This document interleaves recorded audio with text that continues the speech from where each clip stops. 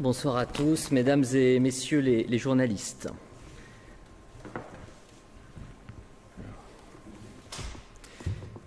Mesdames et messieurs les journalistes, comme je l'ai déjà indiqué, l'information judiciaire est couverte par le secret de l'instruction, mais la loi me demande de rendre public des éléments pour éviter la propagation d'informations inexactes ou lorsqu'un intérêt public le justifie. Aujourd'hui encore, je veux réellement respecter et voir être respectée l'intimité de Morgane Rivoal et de sa famille, qui doivent pouvoir retrouver progressivement un peu de sérénité. Ce point presse que nous souhaitons complet ne sera pas suivi de questions, notamment pour cette raison. Comme vous le savez, Morgane Rivoal, âgée de 13 ans, a quitté son domicile familial de Pabu lundi 25 novembre 2024, peu après 7 heures du matin.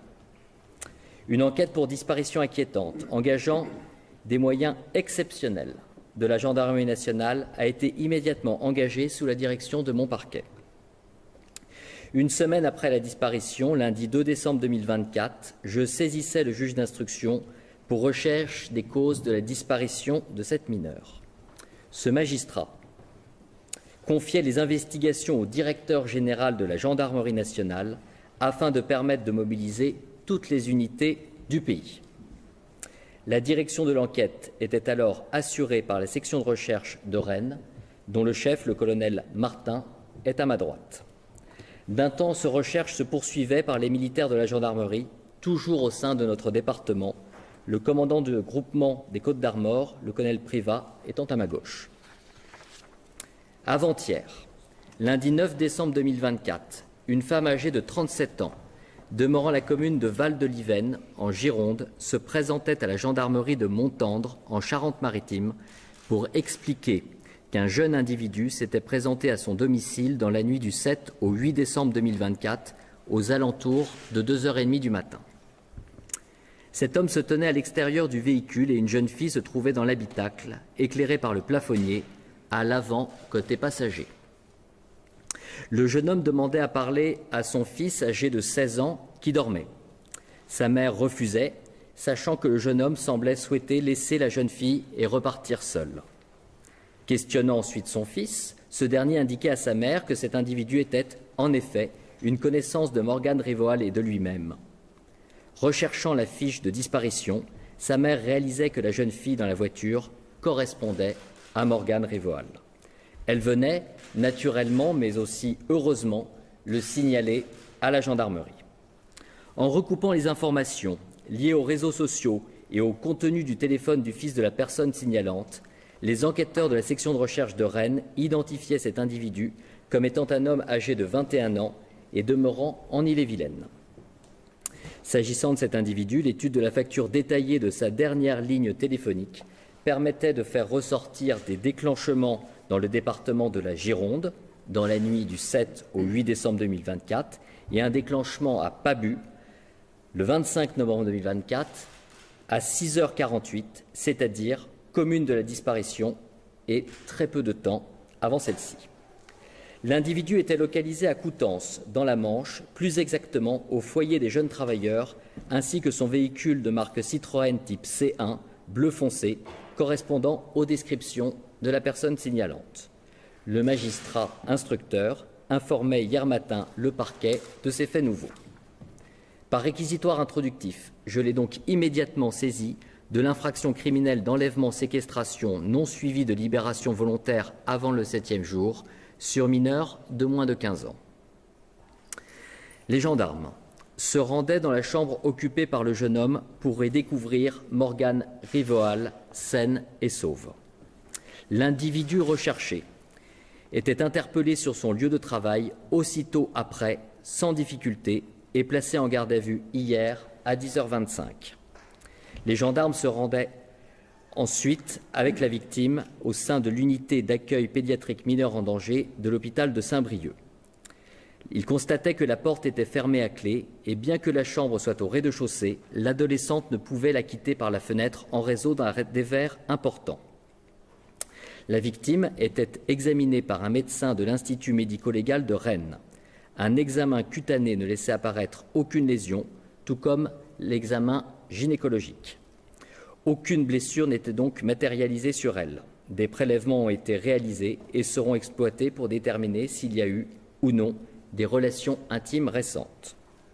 Entendue par 2 enquêteurs spécialisés, elle expliquait utiliser beaucoup les réseaux sociaux et converser sur des groupes Snapchat avec des personnes majeures. Il lui arrivait d'accepter des invitations sans connaître les personnes. Elle a développé un réseau important sur les réseaux sociaux. Cette utilisation est d'ailleurs source de fréquentes disputes avec ses parents. La semaine précédant les faits, Morgane explique s'être fortement disputée avec des amis du collège. Elle confirmait qu'une importante altercation avait éclaté avec ses parents qui lui reprochaient son usage excessif des réseaux sociaux et la diffusion de photos de nature à nuire à son image. Son père cassait volontairement, de colère, son téléphone portable en le jetant plusieurs fois contre le mur. Elle prenait alors la décision de partir. Elle supprimait tous ses comptes sur les réseaux sociaux le dimanche 24 novembre. À ce stade de l'enquête, je ne souhaite pas entrer dans le détail de ses déclarations concernant son arrivée au foyer des jeunes travailleurs de Coutances, dans la chambre de l'individu qui est actuellement en garde à vue. Elle va cependant indiquer qu'elle ne pouvait pas en sortir depuis 15 jours. Les volets restaient fermés pour ne pas qu'elle soit vue. Il lui avait laissé son lit et elle indique qu'ils n'ont pas eu de relation intime. Elle avait accès à l'ordinateur du garçon, lui permettant de se connecter sur Internet. Morgane aura vocation à être entendue à nouveau de façon complète et détaillée, mais elle a tout de même indiqué s'être disputée avec la personne interpellée qui lui aurait porté des coups sur la tête quand elle lui avait reproché de ne pas assez s'occuper d'elle et quand elle lui avait dit qu'elle avait faim. La personne gardée à vue a été entendue déjà à 3 reprises dans le cadre de sa garde à vue, prolongée ce matin et actuellement toujours en cours dans notre département. Son casier judiciaire ne porte trace que d'une condamnation pour un excès de vitesse commis en 2022. Il devait comparaître ce matin devant le tribunal correctionnel de Beauvais du chef de soustraction de mineurs s'agissant de faits commis le 8 avril 2024 au préjudice d'une mineure victime de l'Oise âgée de 14 ans à l'époque des faits. Le tribunal correctionnel de Beauvais n'a pas jugé ce dossier en l'absence du prévenu qui sera à nouveau convoqué devant cette juridiction. Contrairement à ce qui a pu être indiqué, il n'est pas inscrit au fichier des auteurs d'infractions sexuelles, le FIGEIS. Lors de sa première audition, il était notamment entendu sur sa personnalité. Il expliquait être originaire d'Ille-et-Vilaine et décrivait un parcours personnel et scolaire complexe, ayant été lui-même victime de faits qu'il qualifiait de harcèlement. Il expliquait avoir fait plusieurs tentatives de suicide et avoir été hospitalisé en soins psychiatriques pour cette raison. Après plusieurs expériences professionnelles encore assez courtes, il travaillait dans une bijouterie de Coutances depuis 1 mois et était logé dans le foyer des jeunes travailleurs de la ville. Il se disait utilisateur des réseaux sociaux et avoir, je cite, une vie sociale virtuelle composée de nombreux faux amis, je cite encore. Il avait lui-même pu souffrir de voir diffuser des photos de lui qui atteignaient son image. C'est à l'occasion de l'utilisation de ces réseaux, Reality dans le cas d'espèce, qu'il avait fait la connaissance d'une mineure de 14 ans qui lui avait demandé de venir la chercher au collège car elle ne se sentait pas bien. Il était interpellé en sa compagnie le 8 avril 2024 et était poursuivi, comme je l'indiquais, pour soustraction de mineurs devant le tribunal correctionnel de Beauvais. Il rencontrait Morgane Rivoal il y a 3 mois sur Snapchat dans un groupe nommé Groupe en Or, composé de majeurs et de mineurs, sachant que Morgane se présentait comme une jeune fille de 14 ans. Au cours de ces échanges, Morgane avait pu dire qu'elle avait été victime de harcèlement en faisant part de propos suicidaires et de photos de scarification. Il indiquait que Morgane la contactait dimanche 24 novembre pour lui dire qu'elle n'allait pas bien. Elle faisait part de l'altercation avec ses parents et lui demandait de venir la chercher le lendemain. Elle faisait part d'intentions suicidaires. Il partait à 5 heures du matin de chez sa mère pour arriver à Pabu peu après 7 heures, à l'adresse qu'elle lui aurait donnée. Ils ne s'étaient donc jamais physiquement rencontrés auparavant. Pensant mutuellement se reconnaître, elle montait dans sa voiture dont elle connaissait le modèle et elle lui demandait selon lui toujours, de partir. Elle lui montrait un sac contenant des vêtements et lui faisait part de sa volonté de rester avec lui. Stressé par les situations, il décidait de rouler jusqu'à Coutances et la conduisait dans sa chambre du foyer des jeunes travailleurs, passant, a priori, par une issue de secours. Il mettait son ordinateur, connecté, à sa disposition. Lors de sa garde à vue, il a affirmé à plusieurs reprises avoir proposé à Morgane de la raccompagner chez elle. Il disait, toujours selon ses déclarations, ne pas la retenir. Elle aurait refusé, disant se sentir, je cite, « bien chez lui ». S'il fermait la porte avec son unique jeu de clés en partant travailler, cette porte pouvait s'ouvrir de l'intérieur. Il affirmait lui avoir montré comment faire. Les vérifications faites sur ces portes ce matin permettent de confirmer qu'elles peuvent effectivement s'ouvrir de l'intérieur, un peu à l'image d'une porte de chambre d'hôtel. Morgane, je le rappelle, a elle indiqué qu'elle ne pouvait pas et ne savait pas déverrouiller la dite porte. Lors du week-end du 1er au 2 décembre, il rentrait chez sa mère en Ille-et-Vilaine, s'assurant qu'elle avait de quoi se nourrir.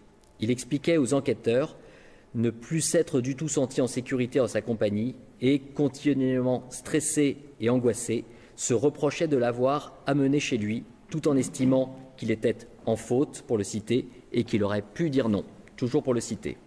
Il connaissait sa différence d'âge et de corpulence avec Morgane, qui n'avait pas d'argent sur elle, je le rappelle. Il expliquait aussi qu'il était conscient d'avoir commis des faits de même nature et craindre, disait-il, une nouvelle mesure de garde à vue. Dans le courant de la semaine dernière, il recevait un message d'un ami commun du groupe précité, donc un ami virtuel, et qui vivait près de Bordeaux. Il expliquait avoir convenu avec lui de lui conduire Morgane, cet ami lui donnant son adresse. D'un commun accord avec Morgane, après être sorti discrètement du foyer, il faisait la route samedi 7 décembre pour arriver chez la mère de cet ami qui leur demandait de rebrousser chemin vu l'heure très tardive de leur arrivée. Morgane et lui revenaient donc à Coutances dimanche matin. Il conduisait Morgane à sa chambre du foyer pour repartir seul chez sa mère. La personne gardée à vue a toujours nié avoir eu des relations sexuelles ou intimes avec Morgane, qui, je le rappelle, dit la même chose. Il indique aussi n'avoir jamais échangé avec elle de photos dénudées de l'un ou de l'autre. Selon toute vraisemblance, le magistrat instructeur sollicitera la présentation devant elle demain matin de la personne gardée à vue. Je demanderai alors son placement en détention provisoire par le juge des libertés de la détention, afin, notamment, qu'il ne tente de se soustraire à l'action de la justice, qu'il ne fasse pas pression sur la victime, plus jeune que lui, je le rappelle, ou les témoins de cette enquête, et aussi pour prévenir le risque de réitération de sa part. Bien que présumé innocent, son implication dans des faits dans un mode opératoire très proche, au printemps dernier, peut en effet inquiéter quant à ce risque de réitération. Vous serez naturellement informé demain de l'issue de ces débats. Morgane Rivoal est actuellement hospitalisée. Elle est en sécurité. J'ai saisi ce matin la cellule de recueil des informations préoccupantes, la CRIP, de la Direction Enfance et Famille du département pour réaliser en urgence une évaluation sociale de la situation et permettre à la justice de prendre à l'issue les mesures de protection utiles. Je tiens ce soir aussi à réellement saluer la mobilisation des gendarmes de notre département, mais également de la section de recherche de Rennes, sans oublier les unités spécialisées de recherche criminelle et celles qui ont pu, parfois, lever des doutes, mais aussi permettre, lundi dernier, la localisation de Morgane et de la personne qui était avec elle. L'enquête va se poursuivre sous l'autorité du magistrat instructeur pour permettre la manifestation de la vérité, c'est-à-dire connaître le déroulement exact des faits et déterminer si Morgane était retenue ou non contre sa volonté. Cette information judiciaire permettra de préciser les responsabilités pénales de celui ou de ceux qui devront en répondre devant la juridiction de jugement. Je donne à présent la parole au colonel Privat, commandant le groupement de gendarmerie des Côtes-d'Armor, et je vous remercie de votre attention. Mon colonel.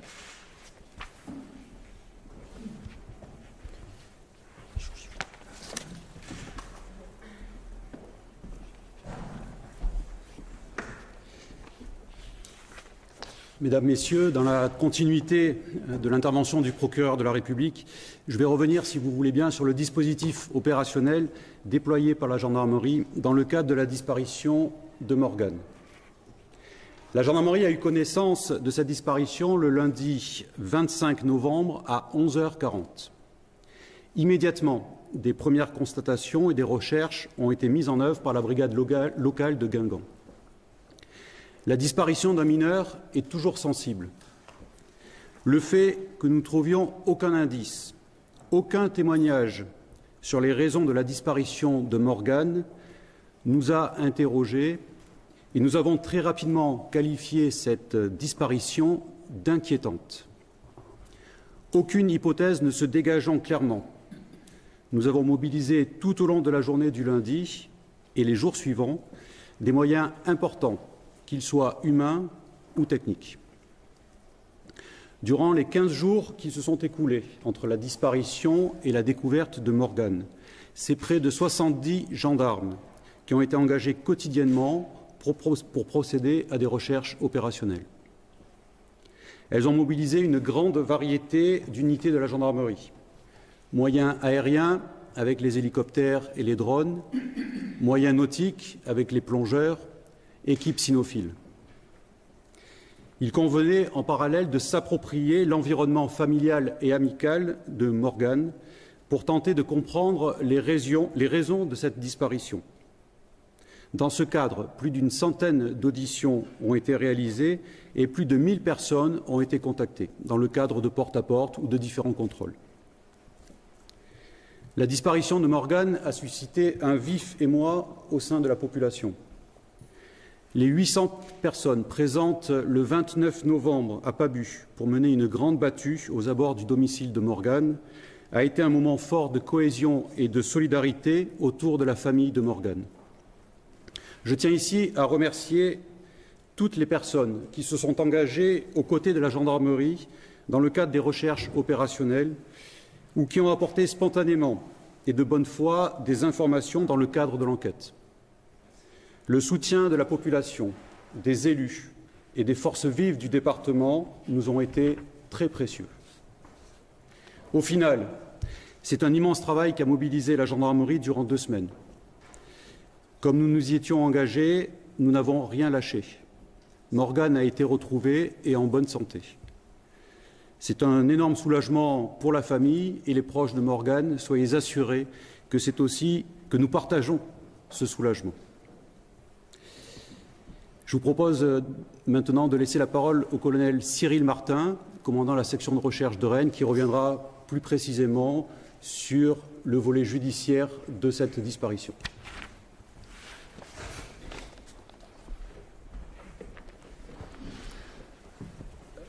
Mesdames, Messieurs, je vais évoquer quant à moi le volet judiciaire, donc les moyens engagés par la gendarmerie dans ce cadre-là. Donc, conformément à la subsidiarité et la complémentarité des unités de police judiciaire de la gendarmerie, la section de recherche, initialement en appui de la brigade de recherche de Guingamp, lors de la procédure de disparition inquiétante, a poursuivi les investigations en prenant la direction d'enquête lors de l'ouverture d'une information judiciaire le 3 décembre dernier pour recherche des causes de la disparition de Morgane.